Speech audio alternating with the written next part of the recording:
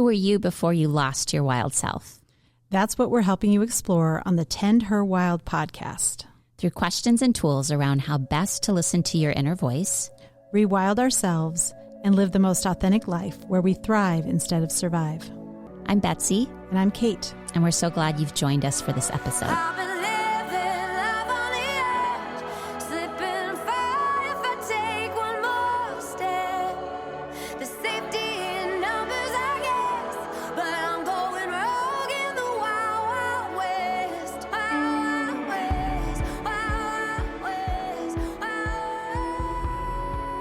Hello, Tend Her Wild podcast listeners. On today's episode, we have Maddie Corman. Maddie Corman is a seasoned American actress and playwright that you've seen in classic films, including Some Kind of Wonderful, Maid in Manhattan. I just watched that one. A Beautiful Day in the Neighborhood, and your favorite television shows like Law and Order, Curb Your Enthusiasm, Madam Secretary, and Younger, just to name a few. She joins us today to talk about her own evolution and story of hope. After a personal crisis went public about 10 years ago, her world turned upside down. In her latest project, Maddie wrote a play telling her own story of betrayal called Accidentally Brave. The film version of Maddie's acclaimed solo show is currently featured on Max and was directed by her dear friend, Kristen Henge, a previous guest who we adore. Shout out to Kristen. With unexpected humor, Maddie shares a story of perseverance and hope in the face of crisis. Maddie's now doing betrayal counseling and coaching work through the Accidentally Brave community in an effort to support people struggling with betrayal trauma as a result of sex and porn addiction or infidelity to help them reclaim their story. Maddie's married with 3 children and lives in New York. Welcome to the show, Maddie. Wow, Maddie sounds great. Who is I know. Let's get to know her. Amazing woman. I just want to walk around and have you introduce me all the time. I would love It's weird to hear yourself through a bio. It's like, wow, It is weird, especially, it's weird. It feels good and icky and uncomfortable and awesome. It feels a lot of different things. Yeah. I love your capacity to hold all of it, right? All those different feelings. Yeah. And the 10 years is right around now. So you guys mentioning that and sitting in it feels like the right time to be on this particular podcast with you, particular amazing women who I have gotten to know through our mutual friend, Kristen, who directed my play and then the film, and also so much more. You know, when you say someone directed something, it can mean a lot of different things. But this particular project, Accidentally Brave, was so personal. And to have a director, really, it was so important to me to have someone that I felt safe with creatively and emotionally, and who I believe in as an artist, but also I know holds my family and my story in her heart in a way that she wouldn't push me to do something just because it might be good for the show, but not good for me or for my family. So she's really, really a brilliant choice of mine. And I was in the worst time of my life. And yet I made really good decisions in a lot of different areas. And that was one of them where I just reached out to her. We had worked together on a couple of things. She had directed me in both some theater workshops of plays and musicals she was developing. And I had been in 2 films. 2 of her film projects. And I just loved her. And we actually had a lot of fun. I almost never, ever worked out of town because I had young children and my husband was always working out of town. So I made the choice to stay closer to home when I did work, and really deferred to his schedule a lot. But this was a really great, fun film that she cast me in, and that was shooting in Salt Lake City, Utah. And it was so rare that I would work and not have to go right home after. Take care of kids. Yeah. Oh my God, it was bananas. I didn't know what to do. Unfortunately, I was in Salt Lake City. There wasn't much, I couldn't get into much trouble. They were measuring the drinks and there wasn't really a lot of, no, but it was still, I had a hotel room by myself and I had weekends with no soccer or anything. And so Kristen and I got to really develop a friendship during that time. And it was before the crisis that you mentioned. My husband got arrested about 10 years ago, and everybody reached out to me that I had ever met. Very few people reached out to him, but almost everybody reached out to me. And she reached out, and we weren't best friends. We shared a very close friend, but we weren't in constant contact. We'd text occasionally. But she reached out in a way that was different, and I remembered it. Sorry, I'm just jumping into answer. Right. Please go. Yeah. But Kristen, as she shared this publicly, so I'm not outing her, but she reached out through our mutual good friend without saying, if and when Maddie wants to talk, I just want her to know that I was in a long-term relationship with a sex addict, and I've done work around it and healing around it. And if she ever wants to talk to me about that, I'm here. And, again, I was in mega crisis. My whole world was exploding. So I kind of remembered vaguely things people had said. But I would say it was about 6 months later and my world was still exploding, maybe even more like 8 months later. I can't remember the exact timing of it, but there was some part of me, the dust was not settled. I wouldn't say it was settled, but it was settling. We had moved, we had sold our house, the only house my kids had ever known, and we had moved to the city, which actually was one of the gifts of this crisis. And Kristen was also living in the city. And I just had a desire to write about my experience. And I was a kid actress. I had been, as you mentioned, I'd been working from the time I was, I think professionally since I was around 14, and I was in my 40s when this happened. So I had a lot of directors that I knew, and I'm a very good girl. I was always, everybody. Mm-hmm. So I had a lot of people I could have called or texted, and I just knew it should be her. And I didn't know what it was that I wanted to write. I didn't call her and say, I have this thing I wrote. I said, I think I want to write something. So I really want to give her the credit that is due, that she really was my midwife and kind of sat with me as I birthed this. And of course, because it's Kristen, my woo-woo sister, when I texted her, I think, and she called and said, what's up? I'm so happy to hear from you. And I said, this might sound crazy, but I think I want to write about what's happened. And she said, oh yes, I've been waiting for the call. I got a vision just yesterday in yoga that you were going to call me and you were going to write a show and it was going to be on TV one day. But first we were going to, I'm not even kidding. And I was like, okay, well, could I just come over like Thursday and we could just start maybe? And I didn't know where to start and I didn't know how to start. I just knew I was so lonely and that there was something about the other women I had started to speak to.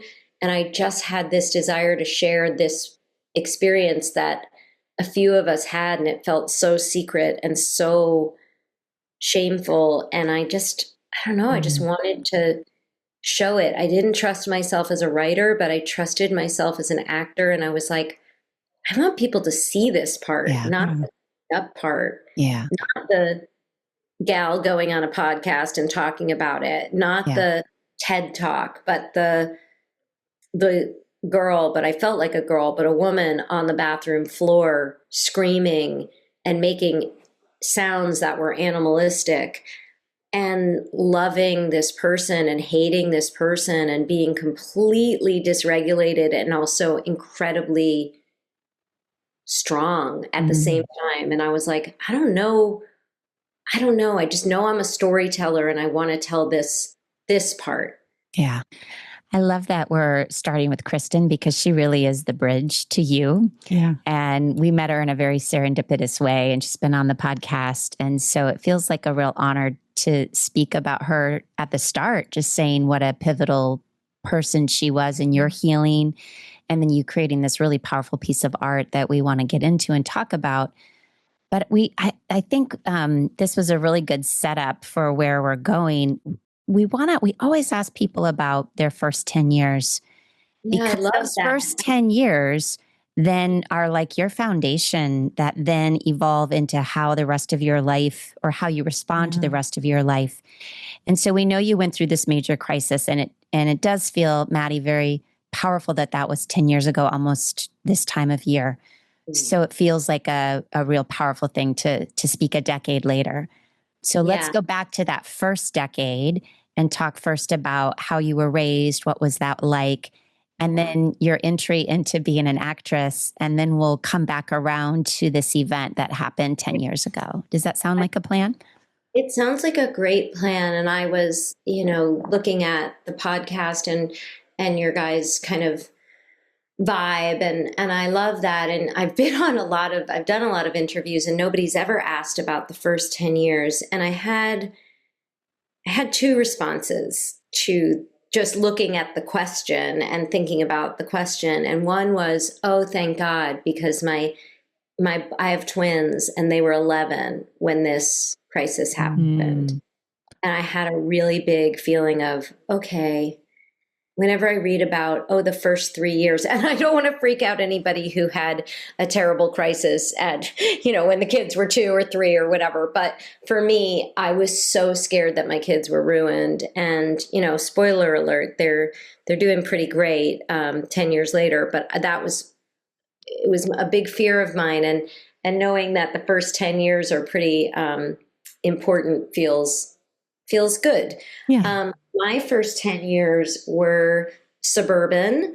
And it also brings up feelings for me because I was super close to my mom, and my mom died when I was 16, but I certainly didn't think about that the first 10 years of my life. Although at 10, I went to sleepaway camp. I was a very precocious kid. And sleepaway camp was not a big thing in my family. It wasn't part of our culture. There were a lot of kids where everybody goes to sleepaway camp. It's just the thing. But my parents just thought I was a perfect candidate because I think I always presented as an extrovert, but I've always been a secret introvert. I love being alone. And even as a kid, I loved being alone in my room and like playing library and putting on. Oh boy. I know, I was such a nerd. And I really liked listening to Broadway records, cast albums, and doing my own. I'm a terrible dancer, but I would do my own dances with nobody looking. And I really felt safe and good in my home and in my room. I didn't always feel safe and good out in the world at school, but I felt very safe with my family. I had a mom and a dad, and they were together. And my mom was a special ed consultant. She didn't teach full time, but she saw, and this is the 70s and 80s, and there wasn't ADHD, there wasn't dyslexia was barely talked about. There was no spectrum, it was just kind of and my mom was really ahead of her time and really brilliant. And we lived in a small suburban town outside of New York City.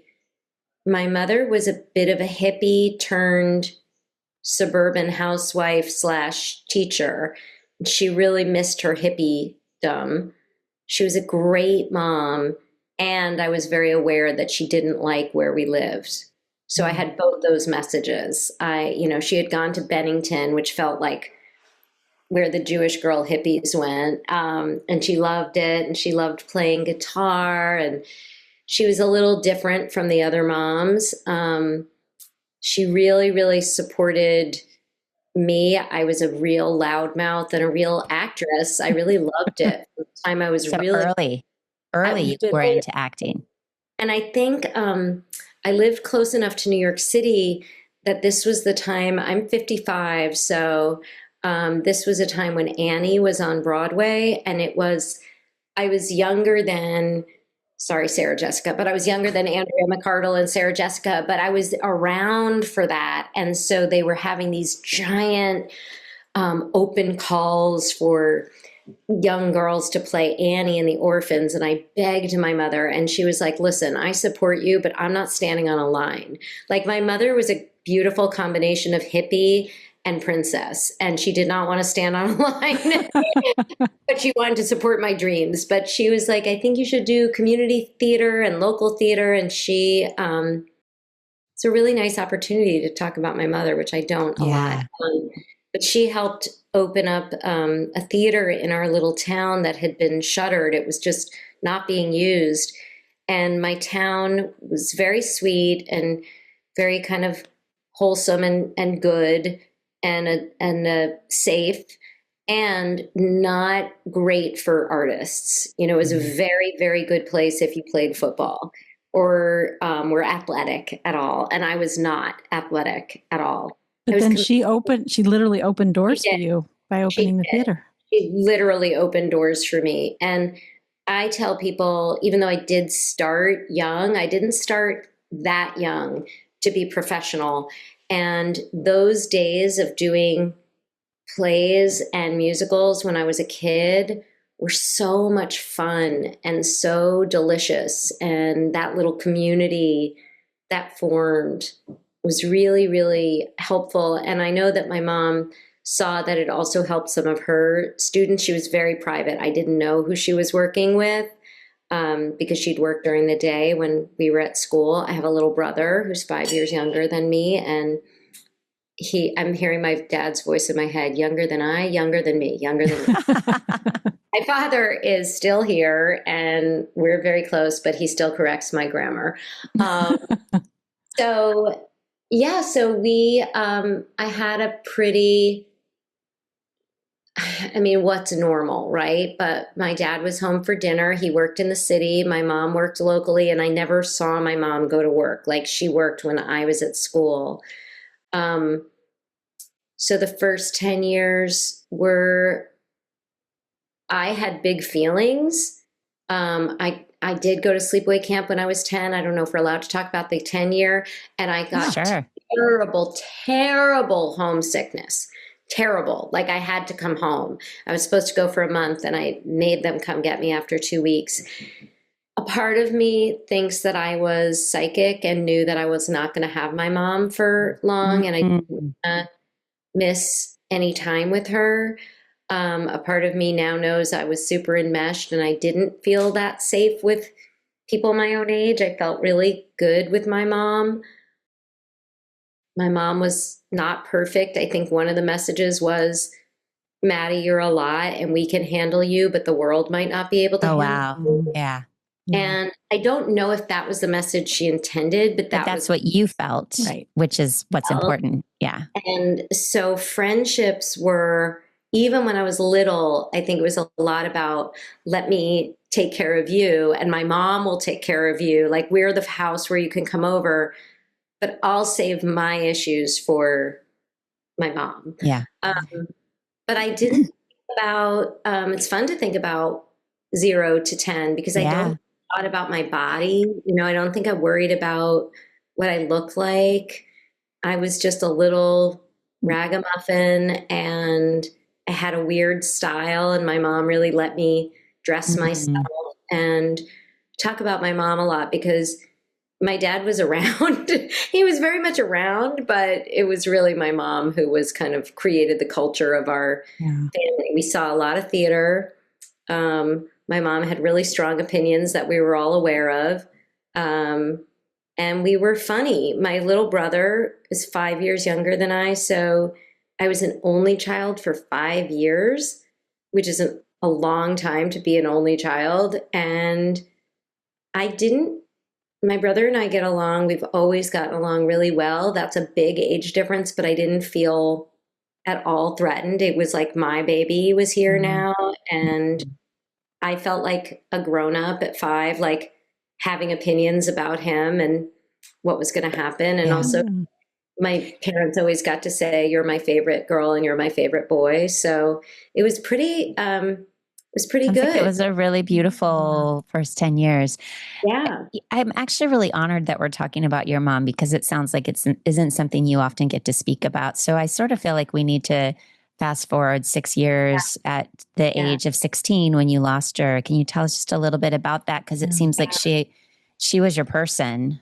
She was my person. And actually, since I begged and begged, she wouldn't let me go at 10 to audition for Annie. And then I got too tall and it was done. But by the time I was 13, 14, since I was still really into it and I had taken enough local acting classes and people had told, she said, I thought you were good, but I had to make sure that other people confirmed, because I didn't want to send you into the world if it was just me being blinded by loving you so much. And kind of protecting you from rejection. Yeah, she just wanted to make sure, and she also wanted to make sure I wasn't going to change my mind, because I liked a lot of things, but I really stuck with it, and I stuck with really asking for it. And she really didn't want to be a stage mom, but she did become one, and we lived outside the city, and so funny to think now because Zoom is such a thing, but there was everything was live. So you had to go. I went in to the city for auditions. And even when I started to become a teenager and a lot of young women were separating from their moms, I worked and I needed my mom on the set, legally. And I was not a brave little girl, and I was a very suburban girl, so I wouldn't go into the city by myself. She came with me, so we stayed very connected for a long time. And she had melanoma, she had skin cancer, but they really kept it. Even though I thought I knew everything about my mom and dad, they kept things from me. I found out later that my mom had had a miscarriage. Like, there were just things that I found out later, but I really thought I was part of the team, like very adult, but I was very young in a lot of ways. And even though I started working, which made me grow up, I was also very young because I didn't have a lot of social life because I was working. So I didn't go to the parties because I had to go to work, which I loved. I loved working, and I loved being able to leave school. Even though I was good at school, I never really loved the social part of it. So this was perfect. I could kind of like dip in and dip out. So my mom got sick, but I didn't think it was that bad. And then when I was 16, it was actually my junior prom, and I was doing a play, and the play was at the American Jewish Theater, which I don't think exists anymore. But because it was at the American Jewish Theater, I was playing a shiksa, but it was at the American Jewish Theater, so there weren't performances on Friday nights. So I was allowed to go to my prom because it was on a Friday night and we didn't have a show. But I did have a show on Saturday night. So I wasn't allowed to go to the after prom because I had to come home and rest.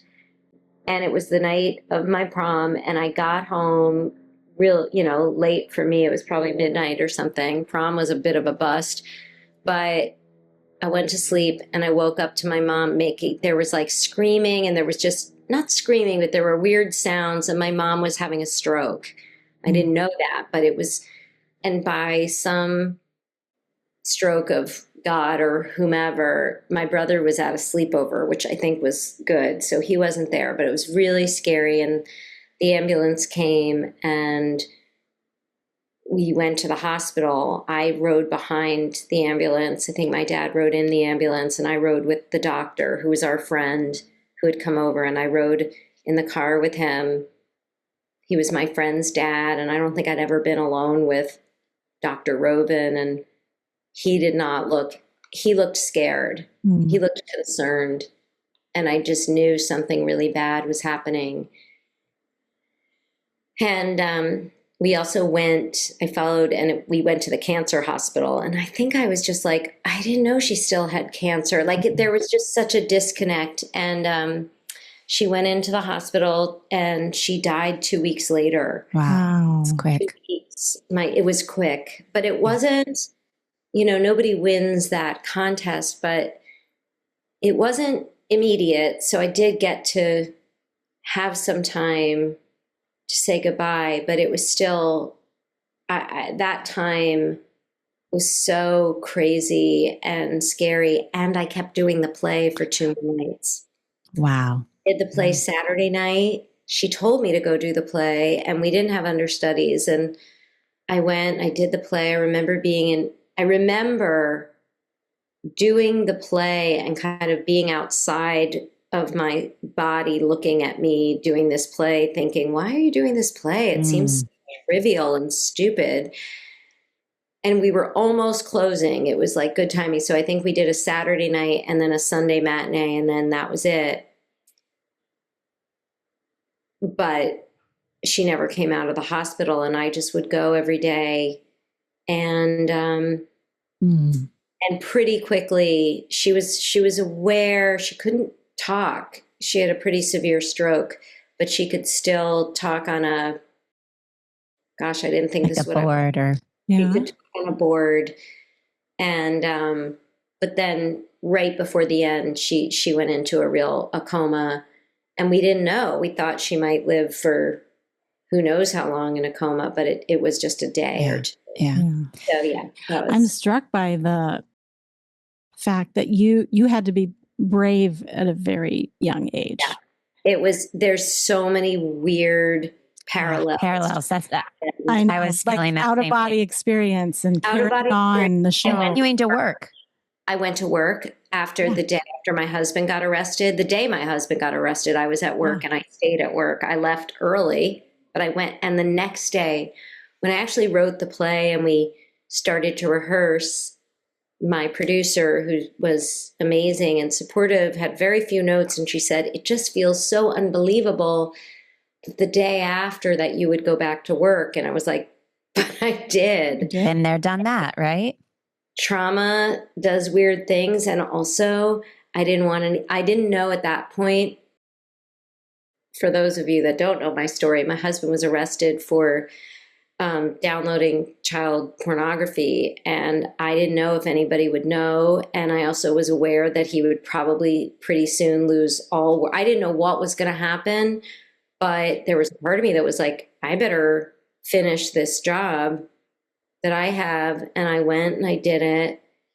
And then that day, the second day I went to work, I think it was the day after that, it hit the papers and everything knew. But there was like that 48 hours where only my family knew.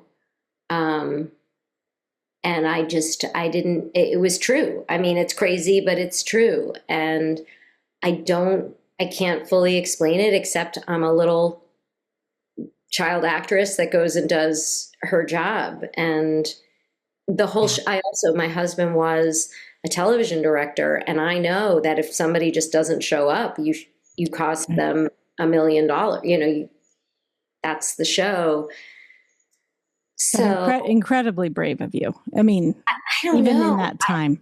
I guess so. Again, it's like, I didn't really consider not doing it. I was also really lucky that my brother, it's funny, we were talking about my brother and I are still really close. And now he has much younger kids than mine, but he is very close to my kids. And so he was able to go be with my kids for that day and a half.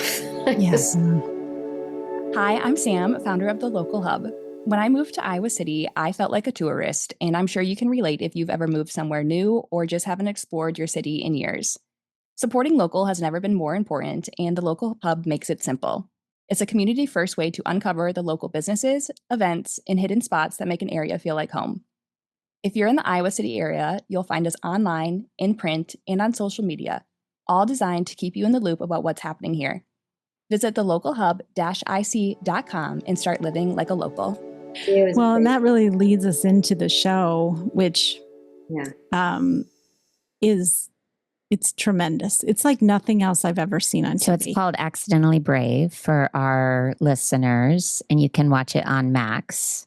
Yeah. And Kate and I got together and watched it together, Maddie, and cried, and then had to download and process. And it was really powerful.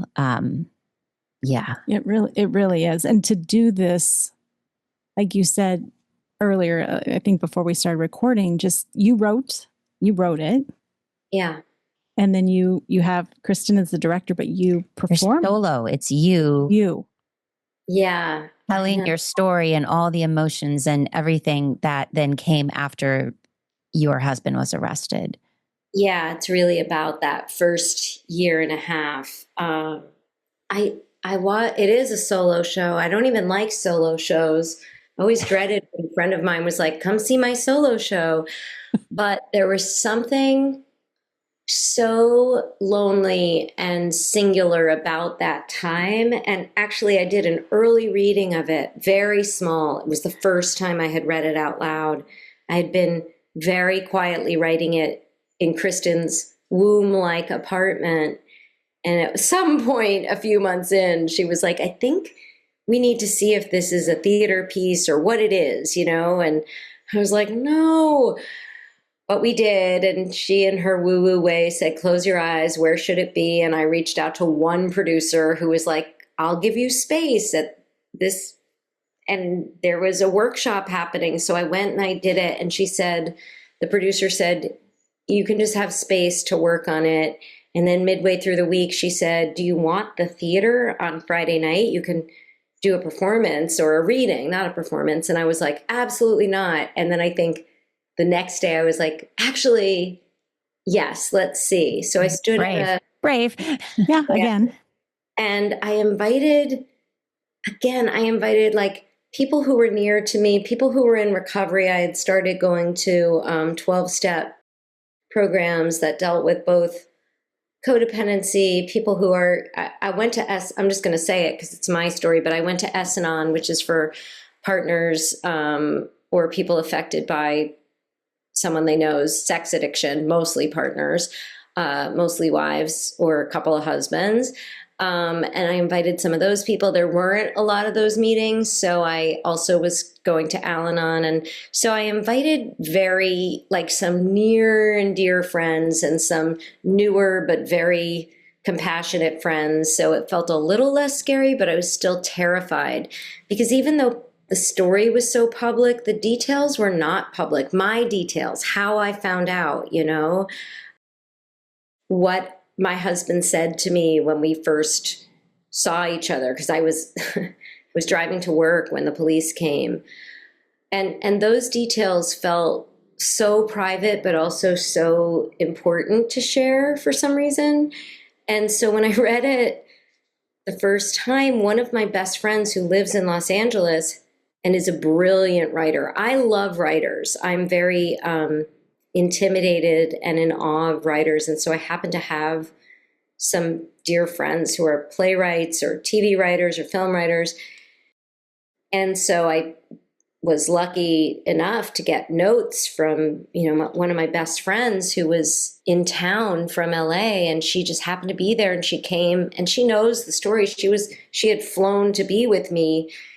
And she said, it's beautiful and you have something and you're a good writer and you should own that. And, you could change it. You could have a Greek chorus, because I play other people in the show. I kind of become my kids and I become your therapist. I love the therapist. Being a therapist myself, I'm like, oh, yes. That's the therapist voice. Yes, I love becoming the glasses. My therapist gets a real kick out of that. And that's a true, I didn't really, I stole dialogue from all the people in my life who really said things to me. But she said, you could have a male actor playing the husband, and you could have a female playing, your therapist and some of the friends and other things. And even though she's so talented and so successful as a writer, there was this real strong part of me, this knowing that said, this wants to be me alone on the stage. And that's not, again, I don't love solo shows. My career has been very much about being in an ensemble. My favorite experiences have been being in a cast in a play where everybody has a great part. But there was something about this story and how lonely it was that it just felt right that I be representing And I wanted to represent us, you know, the women and men who have been betrayed and had that moment, that D-Day, where 1 minute changes your entire life. Yeah. Yeah. And it is exceptionally lonely, even though I've had people see the show who said, oh my gosh, when my sister died in a car accident, I had the same feeling. I went from one thing to another, and there are a lot of similar feelings. And I love that response. And I love when men see the show and respond to having an understanding of their partner. But I really had this desire to represent mostly women who really love their partner and really think things are one way and there's a secret. And that moment of discovery, and it's different for everyone now that I work with people, but there is that moment. And for a lot of people, it's picking up a phone just to like, oh, my husband told me to write a text back for him to somebody, and you're driving and there's a message from a woman.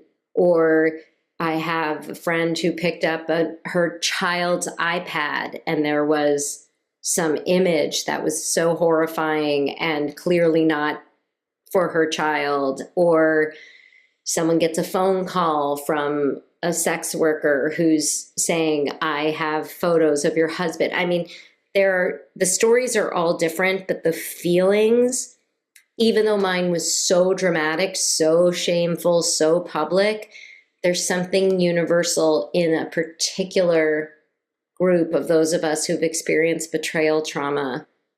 And I didn't find a lot out there 10 years ago. There's much more now, but even the things that are out there now, and there's wonderful literature, there are wonderful therapists, there's wonderful groups. I didn't find a lot of first-person narratives about this. And I didn't want it to be, well, actually, I forgot about this. I don't say it that much, but one of the reasons I started writing it is my husband, who was a director and producer, around, a few months in, was desperate he lost all his work. And he went very humbly, kind of hat in hand. He was in a lot of recovery, he had gone to rehab. And he went to someone and said, I will do anything. I'll work behind the scenes. I have to make a living. I have to have a job for probation. And I want to show up for my family. And it was really hard for him to get any kind of work. And this wonderful person said, why don't you make a documentary about pornography? Not illegal pornography necessarily, just pornography and what it is and how prevalent it is and what it's doing to our society and what it is doing to our young men and women and our kids. And so he started that project, which, by the way, wow, never came to be. But in that moment, I was all up in it. I was like, this is a great idea, and I want to be a part of it, and I want to be a producer, and I want the partner's story told. I want the women affected by, and I was like, and I want to interview people, there's this, again, a small voice in me that was like, oh my God, I am begging my husband to bring me along. And to tell my story. And then I said, the only way I'm going to get this story told the way I want it to be told is to do it myself. And that was not very me. It was maybe old me, maybe it was 10-year-old me. Yeah. It was not 46-year-old me. To me, the experience of watching it, you're in the experience with you. Like there's no separation. It's like you are, because it's just you, when you're watching it, you do feel like you are walking alongside you and experiencing it with you. And I think there's something so powerful and vulnerable. So vulnerable to watch you do it alone. Yes, that it's just you. Because I agree. I think if other characters had come in, I think it's you. I felt like you were standing fully in your power. Yeah. Even though I have a great family, and my family really, really surrounded us. And I mean us, my husband as well, because we had been married over 20 years. He had been a really good son-in-law. He had been a good father. He had been a good neighbor. He had been a good friend. So we did have people who supported us, and he was trying anything and everything to support me. But I felt as lonely as I've ever felt. Yeah. I had friends who flew in, who tried to, help me because I could barely function. I had 3 kids at home that had to get to dentists and, practices and camp and dog and a cat. And there were just things to do. But even when I was surrounded by people, it was the loneliest I've ever felt. And people don't talk about this kind of a thing. Nobody does. And so I'm imagining all these people that love and support you don't even know what to say, which feels even lonelier to you. 100%. A lot of people said to me, I can't even imagine, which is such a seemingly kind thing to say, but it just made me feel separation. Here. And I had one person reach out who I didn't even know, the grace of having your story public is that sometimes people reach out. And this woman, your angel, her own story, my angel, whose story was very different. Her husband's acting out behavior had nothing to do with my husband's. And I didn't even know there was such a thing as sex addiction, but she recognized the addiction part of it in the story in the New York Post that was salacious and horrible. It was listen, the story was bad. And let me just be clear to your listeners and to you guys, there's nothing okay about anything about child pornography, about watching it. It's horrible. It's horrible. And she was able to recognize that that's a form of addiction. And the fact that he didn't touch anybody or act on that was important to me, but she didn't even know that. She just knew that by reading that story, that there was a family being affected. And she took it upon herself. Again, she did not know me. She took it upon herself to find a way to contact me and say to me, I don't feel sorry for you. I feel sorry with you. Wow. I have been you. And let me tell you something. This is the best thing because now it's out and there's a way to fix it. And if he gets help, it could be amazing. And if he doesn't get help, at least you know. And it's great that it's public because now you and your family don't have to do the dance of trying to keep the secret. I was like, nothing you're saying makes sense, but thank you. And I called her I called her every day. Yeah. She picked up. And she said, one of my favorite lines is she ended her first call with you, love to you both. Yeah. She was the first one. She was compassionate towards him too. Yeah. And what I also heard, there wasn't pity. Like so many people, there's pity of like, oh, I feel so sorry for you, which again creates separation and distance. And you don't want to be pitied. Like, no, that's like a horrible experience. It's the worst. She did not look at me with pity or with judgment. And it was like an oasis in a sea of, and she wasn't afraid of me and she wasn't even afraid for me. I mean, she might have, looking back, she might have been, but she sure didn't act like it. And I was like, what am I going to do for work? And she's like, put a pin in that. I was like, I need to know if I'm leaving. She's like, nope, not yet. Let's put She's an angel. I mean, true angel. She was birth angel. Angel. And one of the other reasons I wrote the show was I said to her at a certain point, she's she's an incredible person. She also happens to be very successful in the traditional sense of the word. She's successful in all the senses of the word. But let's put it this way. She didn't need me to send her a new coffee maker. You know what I mean? Like there was no gift. There's no house gift I could send to her that would mean anything or that she needed. So I said, what can I ever do? There's nothing I could ever do. But she said, just do it for someone else. Yes. And I don't think she meant for me to write an off-Broadway solo show, but she did come and she does love it.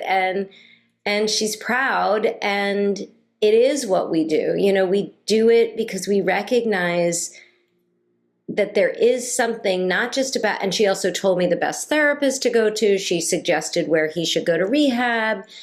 She did believe in him and she wasn't angry at him. I was so angry, and all my friends and family were so angry. And she just had so much compassion for him and was able to see him. She even was one of the first ones to say to him, this isn't in the show, but she was like, hey man, stand up straight. Don't walk around like the person they say you are. If you're not that person, walk like the person you are, and go get some new clothes and hold your head high and hold your wife's hand if she'll let you. And it was like, we just had this feeling, especially when we were still living in our small suburban town, that if he did go, you know, we were just both, we had our heads down. Yeah.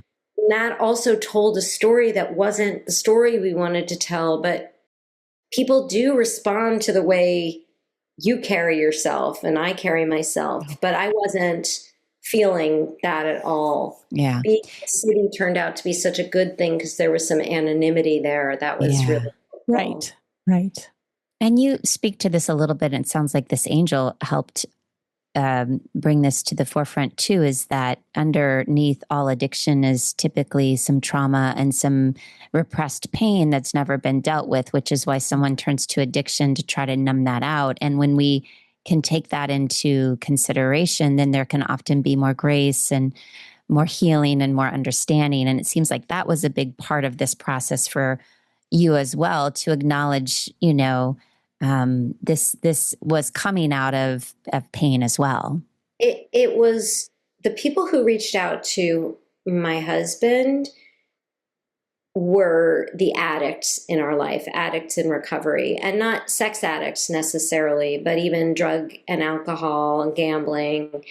And one amazing friend who wrote to him, who again wasn't our close friend, who wrote to him at rehab and said, you know, my mother left our family when I was 6, and it was the worst, most traumatic thing. And she couldn't handle these 3 boys and her alcohol addiction. And she came back and she has helped thousands of people. You are not the worst thing you ever did. There is hope. And so people who have dealt with addiction and recovery saw something that I think I didn't see, but it was helpful to borrow that model. Yeah. It allowed me to not just forgive, but to have some understanding of what the hell was going on with this person that I thought I knew. And your love for him and the electric way you met and how you felt, you know, that the show really allows, you know, those of us watching to witness that and feel that from you, which is why it came out of left field and didn't. It wasn't a bad marriage. Yeah. I mean, looking back, there were certainly signs, and I'm not talking about signs of like, oh, he was being weird, but his behavior was starting to change in terms of just being more irritable, being depressed, having bouts of rage at me and the kids that seemed to come out of nowhere. And now looking back, I'm like, oh, shame, shame, shame. Yeah. And now as a person living with an addict in recovery, I look for that. You know, I do see, I have the person that I initially fell in love with, and it's not easy, but I think our marriage is actually better than it's ever been because it's actually honest. That doesn't mean it's easy, but I do think it's authentic. It's honest. Right. Yeah. Right. And I feel like that's a powerful piece of this story. And even in Accidentally Brave, you know, so many friends saying, why are you staying? Why don't you leave? How, you know, and that's what I feel like this is such a powerful piece, is that you did actually what was not expected, is that you chose to stay, and you actually chose to dig your heels in and work. Both of you decided to work on this and make sense of it. And again, that's not how it typically goes. Probably even in Hollywood movies, this sort of stuff, it doesn't go in this direction. And so what you did was brave, and it was totally outside the box of what might be expected. And I do want to share with anybody listening, that is what the Hollywood trope is. And it's everywhere. Throw the bastard out. Hooray. We throw you a ticker tape parade. Go start dating again. I do not advocate everyone staying, but I want to share that now that I work with the trade partners, I would say 90+% want to stay. And just knowing that, Wow. gave me some comfort. There's so much shame, depending on your community. There's betrayed partners can't win. There's shame. A lot of people don't share at all. And I totally respect that choice. And it's so lonely. And some of my clients should get Academy Awards for their acting when they have to go sit at a wedding or sit at a baby shower and they've just heard. And they're trying to protect themselves and their partners and give themselves a choice about whether they want to stay or not. Because when we do share, there are people who go, well, I would leave. I would never. You should. And that's so hard. And it's so black and white. And what I wanted to say in the movie also was, yeah, I stayed, but it wasn't easy. It's still not easy. It's complicated. And the people who leave, that's not, It's not easy either. It's not. If this person who you loved, who you regulated your whole entire biological system, because that's what we do when we're married and have a partner for sometimes decades, that breach doesn't just go away because we left. There's so much work to do. And there are religious communities that shame you for wanting to leave. There's more progressive communities that shame you for wanting to stay. And I just feel like the voices around us are so judgmental and everybody's case is different. And I know tons of couples who have better relationships now because of this. And yet there's so much judgment. It's really hard to not feel shame about missing your partner when you're angry at them. And, you know, you guys said this at the beginning, like holding all the different emotions. Right. I don't wish it on anyone, but there can be a lot of gifts. And I wanted to share that it's not a death sentence to your life or even necessarily to your marriage or to your kids. You know, my kids, that was my biggest fear. And they're probably sleeping now, which may not be the greatest sign, but it's summer. Their boys are now 21 and my daughter's 26. And, you know, we're really a close family and we laugh again and we are silly together and we fight and my kids want to come home. I mean, the boys don't really have much of a choice, but they still could go other places. And my daughter comes home and she's close with her dad, and that I didn't do that. He worked hard on that relationship. So that's a message I really, you know, it's not in the film because the film ends in the early part of this, but I want to just share that 10 years later, I'm not fine. That's still a part of me. I've had to do a lot of work, but I was not aiming for joy. I was aiming for like breathing. Survival. Yeah. I've really done things in my life in the last 10 years that I'm really excited about. And I'm excited about what's coming next, which I don't know. I mean, that's where the hope is. It is. And I want to give hope to people also by being realistic, you know, and saying it's not easy, but also you're not alone. The other thing is this happened to me and I'd been working as an actress. I'd been living different places. I'm very out there socially, and I didn't know anybody that had anything like this happen. And it turns out I did. Mm-hmm. That people don't tell each other about it. Right. And again, I don't want to shame anybody who doesn't talk about it because I understand it. But if you can find a group and they exist, or find a coach or find a therapist who's trained in this, because it is a specific kind of trauma, betrayal trauma, and it's not even really talked about. it's just so important to know, for me at least, it was really important to find other people who were like, yeah, I feel like killing him, and also like have never felt closer to him. Like, so confusing. But don't you think that what you and your husband, you chose it, it also was chosen for you on some level, was that you had to surrender into truth. Like truth was the only option. That was the only option. And that there's something about truth and authenticity and going through it that has created this capacity for you guys to heal and move forward. So I just keep coming back to that concept of truth seems like the linchpin here in some ways. Yeah, it's fun to also kind of practice radical honesty, not just with my husband, but like, and I'm a pretty, I went to Barnard. I consider myself a feminist, and yet I did not tell my husband or my family often what I wanted. Like, I really just was like, you can do that later. Like, I didn't even realize I was doing that. So telling the truth now is partly like, what is the truth? What do I want?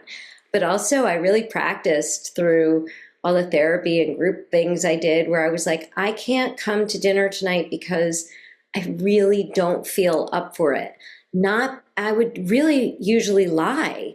Yeah. I would say it's I'm that nice girl. It's that good girl. One of the kids pleasing people. Or, oh, I can't get a babysitter. And it's like, I started to just say, I actually really feel like I need to be home with my family tonight, or I had a really hard day today and I need to lie down. And so saying no to things, even though I had said yes, was so radical for me. So radical. Practice. What is Martha? I think Martha Beck calls it, she wrote a book called The Integrity Diet. And it was just like, she just decided to be truthful about everything and it changed her life. And so I think you're an example of that as well, Maddie. But don't you notice, because you guys do that too, that it also encourages the people around you? I mean, it's uncomfortable. I was thinking about Kristen because we started talking about her, and I have a real fear of letting go of any friendships that I've had for a long, long time. But I also think about the friends I've made in the last 10 years, and they're some of my really closest people. And I always want to be the person who's like, I still have the same agent as when I was 13, and I have my best friend from when I was 4. And I do have some people like that, but I actually think the people that I've grown deeper with are my real soul sisters, but I've met some new people because I'm a newish.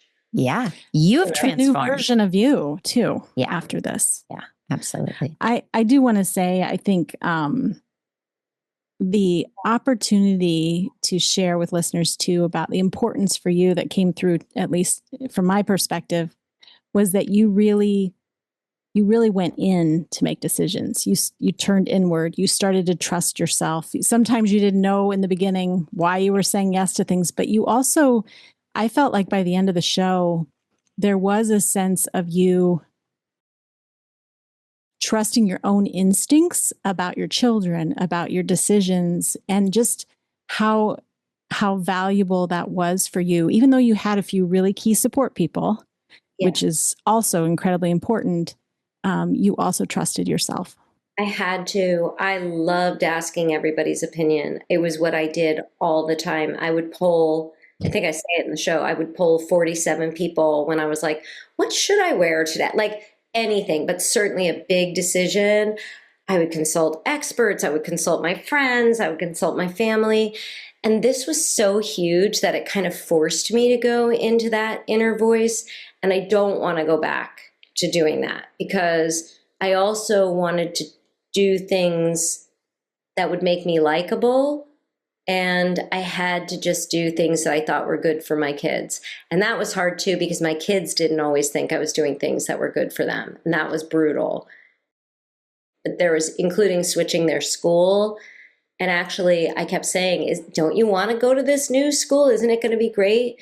And a really wise therapist of one of my kids said, you know what, you need to be the adult and say, this is what, you may not think it's a good idea, but I think it's a good idea, and this is what's happening.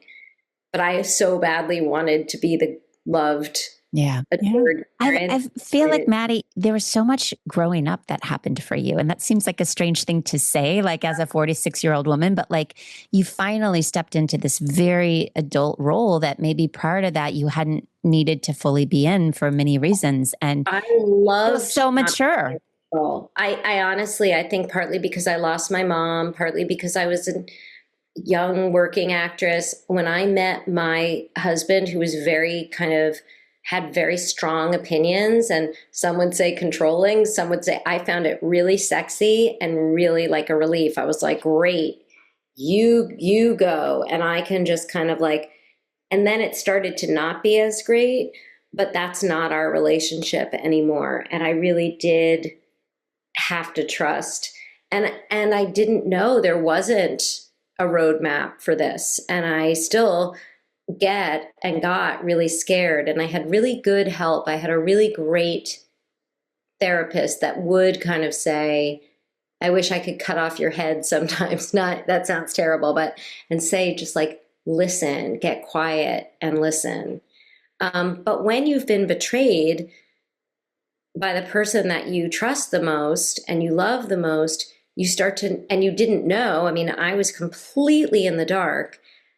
I didn't trust my gut. I was like, my gut didn't see something that was right in front of me. So how can I trust my gut? But my gut was saying something was up. I just didn't know what it was. Mm-hmm. So reconnecting with that has been part of the work that I've had to do. Mm. And I'm glad I had to do it. I wish I could have all the gifts of this and none of the consequences, because the consequences were huge and are huge. You know, it's not without a ton of loss and a ton of grief.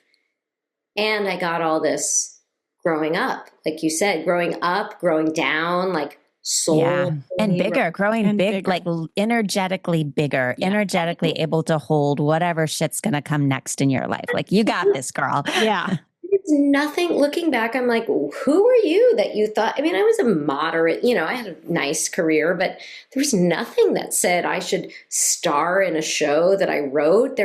And I was like, oh, this is what I should do. Like, I really didn't think too hard on it. Yeah.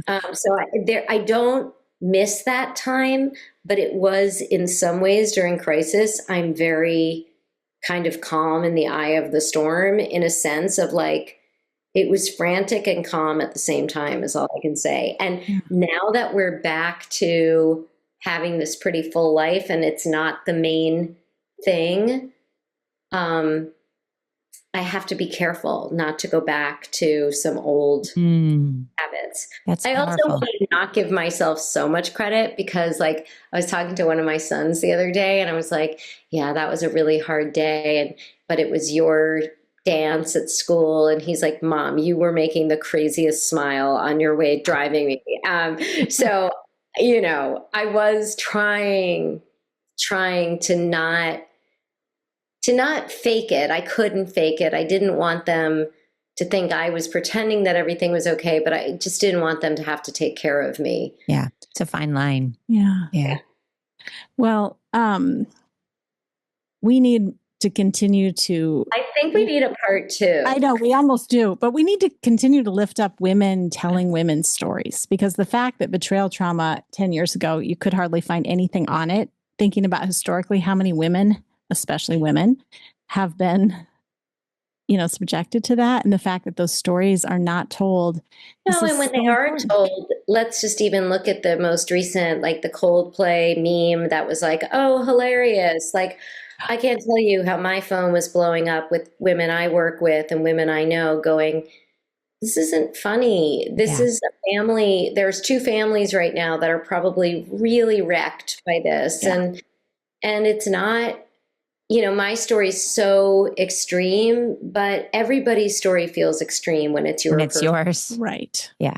And I will say, even though I did the play and had a really great, brave producer, Steven Soderbergh, God bless him, came to see the play and produced the film version, and HBO was brave enough to buy it, but they're not advertising it at all. And I'm very grateful they bought it and it's on there, but it's not easy to find, you know, so I appreciate you guys having me on and having, it's almost like the whisper network that we used to have about the creepy guys. It's like the whisper network of things, because it's very common for stories. There's stories I could tell you 100 films or TV shows that are about throwing the guy out. Or I actually joked because Kristen and I pitched a TV version, like a series version of the show with multiple characters, and it got really far, and then they were like, it's too dark. And actually there's so much humor and love in it, and I look at it as a love story, but we were joking, and I said, you know, if my husband had actually killed me and eaten me, or if I had killed him and eaten him, would have sold on TV. Yep. Or if I had kicked him out and got a hot young boyfriend and like went to live in the Bahamas, you know, that would also be on TV probably. Yeah, but that's not my story, and I don't want to feel, I'm proud of it. I couldn't have said that a few years ago, but it's 10 years. My husband's 10 years sober. My marriage is 10 years in recovery. I'm 10 years into this betrayal trauma treatment. And I love that part of my life is working with women. I actually work with addicts sometimes too now with the guys. I teach a course just in case people want to find me. Yeah. How can we find you? I want you to tell people that you're working with people and how they can do that. Well, you can contact me directly at maddiecorman.com, and there's a way to email me, and I get them. And that's if you want to say hi or do some coaching work one-on-one. I do run some groups for partners at a practice called helpingcouplesheal.com. It's a great resource. They have a really wonderful podcast specifically about betrayal trauma, and there are tons of episodes that I really recommend, and they're free. You know, you can get it. My groups are not free, but they're reasonable, I think. And it's been a really amazing thing. We also, I don't know when this is going to air, but Marnie Breeker, who runs Helping Couples Heal, and I are going to do a cruise. I've never been on a cruise, but she's a big cruiser. And we're going to do a cruise called Empowered at Sea. And it's really for women who've been through betrayal. Not if you were like 2 weeks out of betrayal, but if like you're working on it and it's still in your body. We're going to have fun, but we're also going to do somatic work and other kind of work. That's amazing. And that's in October. So that'll be. It would have been so easy for you in your position to have had this experience and then moved forward in your life and not done what your angel suggested, which is help someone else in such an immense way. You're not just helping one person, you're helping so many and calling attention to this issue. And so that is brave, because it would have been easier, I'm sure, most days to be able to just kind of move forward in your own life, but you're choosing to create community around it. I appreciate the compliment. I'm not great at taking compliments. I will say I said that I did do the show for service, and I meant that, and I mean it. And something that's come up more recently that I've had to admit is it helped me. It has helped me. It's helped with my own shame resilience. You know, it was really scary to talk about this. It's really scary to say I still love this person and that I believe in this person, and gotten a lot of negative feedback online, which was really hard, but I've also gotten a lot of positivity and a lot of positive feedback, and a lot of women don't get that opportunity because their stories are so private. And so I like going on shows like this and talking about, I want you guys to know that most of the feedback has been positive, and most people, even if they haven't been through this, are starting to have compassion and understanding. And I don't think everybody needs to talk about it, but if you do feel comfortable, I'm telling you, if you start talking about it, you'll find 16 other people in your circle that have been through something like this. It's just not shared. It's not rare. Yeah. Somebody shares it, sometimes, everybody comes to me with their stories. It's why I ended up getting my coaching certification, because I was like, oh, I want to be just on the phone with everybody, but I want to actually be able to do sessions and really work on sharing what's helped me and building that. Shame resilience the shame is brutal. It's one of the hardest pieces, I think. So I do believe that the film is helping people. I've heard that and I believe it. And I want to be honest and say it has helped me with my own recovery. Yeah. Well, and I'll be vulnerable and say it was incredibly helpful for me as someone who was someone that has been in recovery from addiction for many years. And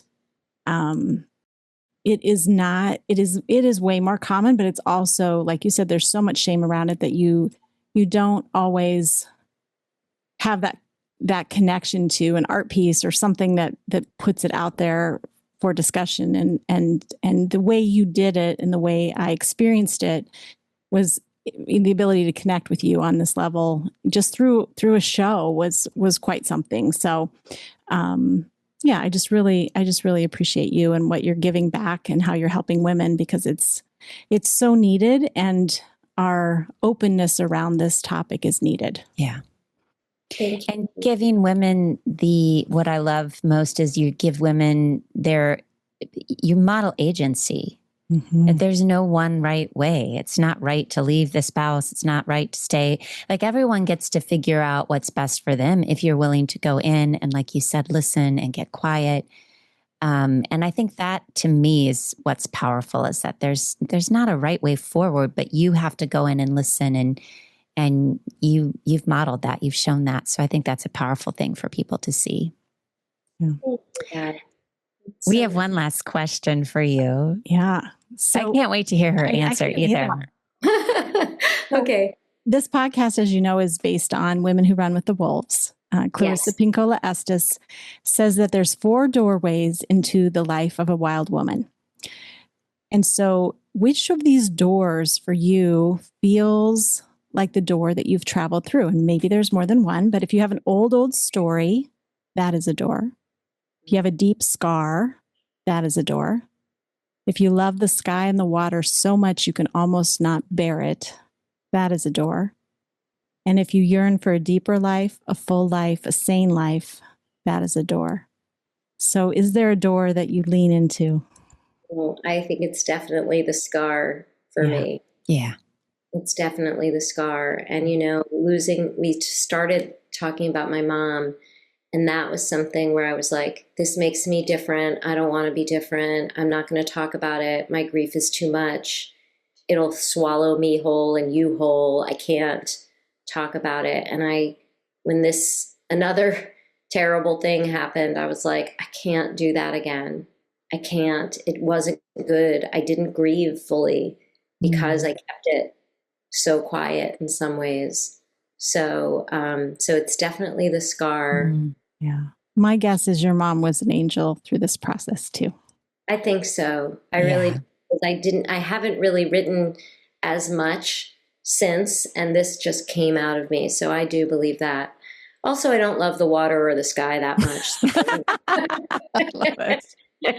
She lives in the city. She's a city girl. She's a city girl.